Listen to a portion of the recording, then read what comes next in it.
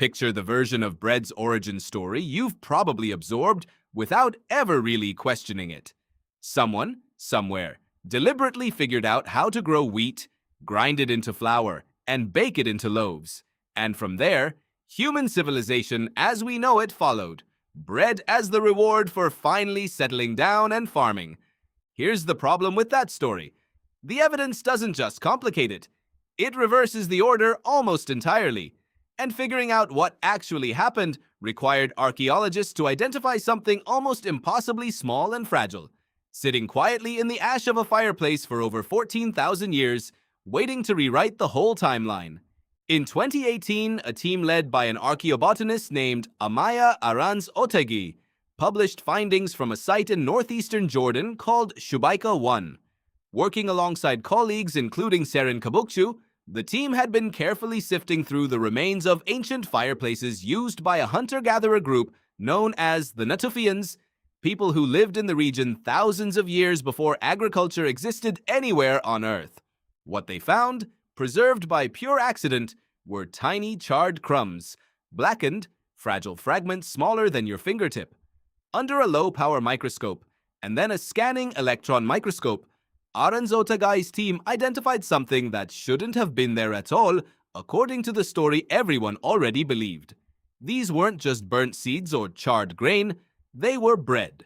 Structurally organized with elongated air pockets characteristic of dough that had been worked, hydrated, and cooked.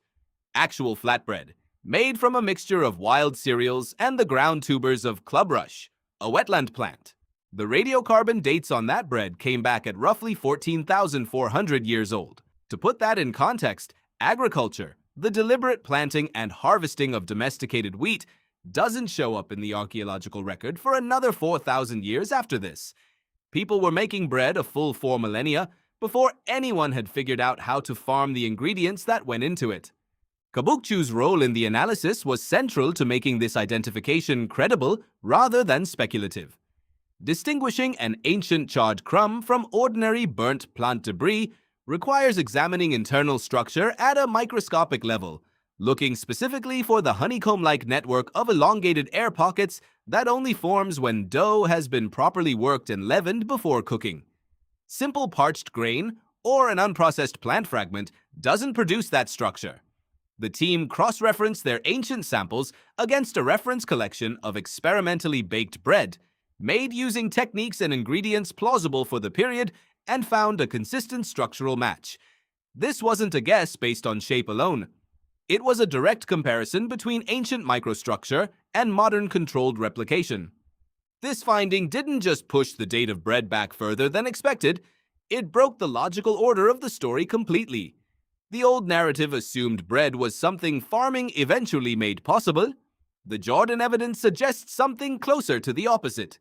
Bread, or at least something functionally very close to it, may have been one of the things that made farming worth inventing in the first place.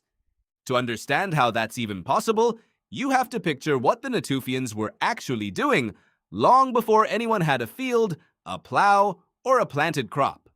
For the Natufians, wild cereals, ancestral relatives of the wheat and barley you'd recognize today, grew naturally in patches across the landscape, the way wild grasses do. Nobody planted them, nobody tended them. They existed as a resource to be found, gathered by hand, one stalk at a time, using simple stone sickles that archaeologists have recovered, showing exactly the kind of wear pattern left by repeatedly cutting grass stems. Gathering wild grain was slow, seasonal, and almost certainly frustrating work compared to the reliable predictability of hunting or foraging for other foods.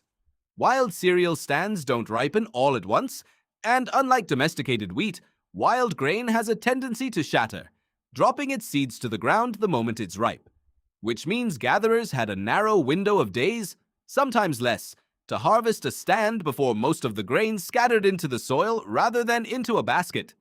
This is precisely the kind of detail that makes the whole picture stranger. Why would anyone build an entire technology, sickles, grinding stones, dough preparation, fire management, around a food source this difficult to secure, unless something about the result made all that trouble worth repeating? So the deeper question worth sitting with is this: Why bother with wild cereals at all, when so much of that hard-won grain would have gone towards something as labor-intensive as bread, rather than simply being eaten as a boiled porridge, which requires far less processing? An archaeobotanist named Dorian Fuller, who has spent decades studying the deep history of cereal domestication, has argued that the answer likely has less to do with basic nutrition and much more to do with something almost sociological. Bread, in a hunter-gatherer context, may have functioned as a special, labor-intensive food, something prepared for particular occasions, feasts, gatherings, moments when a group came together and food itself carried social weight, not just caloric value. Under this view, bread wasn't first invented as an efficient staple. It may have started as something closer to a delicacy, precisely because it took real effort to make. There's a useful comparison worth drawing here to something almost every modern culture still practices without necessarily noticing the pattern. Consider how many labor-intensive foods in nearly every culture on Earth tend to cluster around celebration rather than routine. Elaborate breads, festive dishes requiring hours of preparation, foods that would be wildly impractical as an everyday staple but make perfect sense as an occasional effort-signaling gesture. Fuller's argument suggests this pattern may be considerably older than any specific culture, possibly older than agriculture itself, rooted in a moment when the very difficulty of making bread was the point, not an obstacle to be minimized. That distinction matters enormously for the bigger question of why agriculture eventually happened at all. If wild cereals were purely a convenient, low-effort food source, there would have been little pressure to intensify their collection. But if those same cereals were being transformed into something socially valuable, something worth the extra labor of grinding and kneading and baking, that creates an entirely different kind of incentive. A group that wanted more bread, more often, for more occasions, would have had a very concrete reason to start thinking about how to guarantee a more reliable, more abundant supply of the grain that bread depended on. In other words, the very laboriousness of early bread may have been part of what eventually pushed people toward agriculture, not because farming was the easier option, since in almost every measurable way, early farming was harder, more physically taxing, and nutritionally worse than a hunter-gatherer diet, but because the payoff, more of a food people had already decided was worth the effort, made that extra difficulty seem worthwhile. Now, walk through what actually making that 14,000-year-old bread would have physically involved, because the process itself tells you something about how unlikely this discovery really was. The Natufians would have gathered wild einkorn and barley, along with clubrush tubers, a starchy root growing in the wetlands nearby. These ingredients had to be ground, likely using stone tools, into something closer to a coarse flour. That flour was mixed with water into a dough, shaped into something flat, and cooked directly on a heated surface, most likely hot stones or ash near an open fire, since ovens as a dedicated technology were still thousands of years away. Almost none of this process was designed to survive archaeologically. Dough is soft, perishable, biodegradable. Under ordinary circumstances, it disappears completely within days, leaving no trace at all. The only reason any of this bread survived 14,000 years is a specific, almost lucky kind of accident. Some of it fell into the fire, or was left too close to the embers, and instead of simply burning away to nothing, it charred.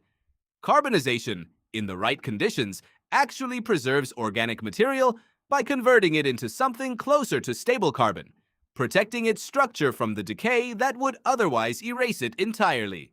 Which means that everything we now know about the earliest bread on Earth exists because of a cooking mistake, a piece of dough that someone 14,400 years ago accidentally burned, and then presumably was annoyed about, never imagining that the burnt fragment they were about to discard would become one of the most important artifacts in the entire history of food. This detail matters beyond the archaeology itself. It's a reminder of how much of what we know about deep human history survives purely by accident, preserved not because anyone intended to leave a record, but because a specific set of physical conditions happened to protect a fragment of everyday failure. Most bread made by the Natufians left nothing behind at all. We only know about this moment because it went wrong. So here's the complete picture. Once you put the pieces together honestly, bread didn't arrive as a reward for agriculture. It likely existed for thousands of years as a labor-intensive, socially significant food made from wild grain that people gathered by hand, ground with simple stone tools, and cooked directly on fire, long before anyone had planted a single deliberate seed. That effort and social value may have been part of what eventually motivated people to domesticate wheat and barley in the first place, turning an occasional labor-intensive treat into something dependable enough to build entire settled societies around. The bread itself has been gone for over 14,000 years, eaten or discarded by people who had no idea their meal would ever matter to anyone. What survived was only ever the mistake, with absolutely no idea that the ruined piece in their hand would eventually rewrite the beginning of an entire chapter of human history.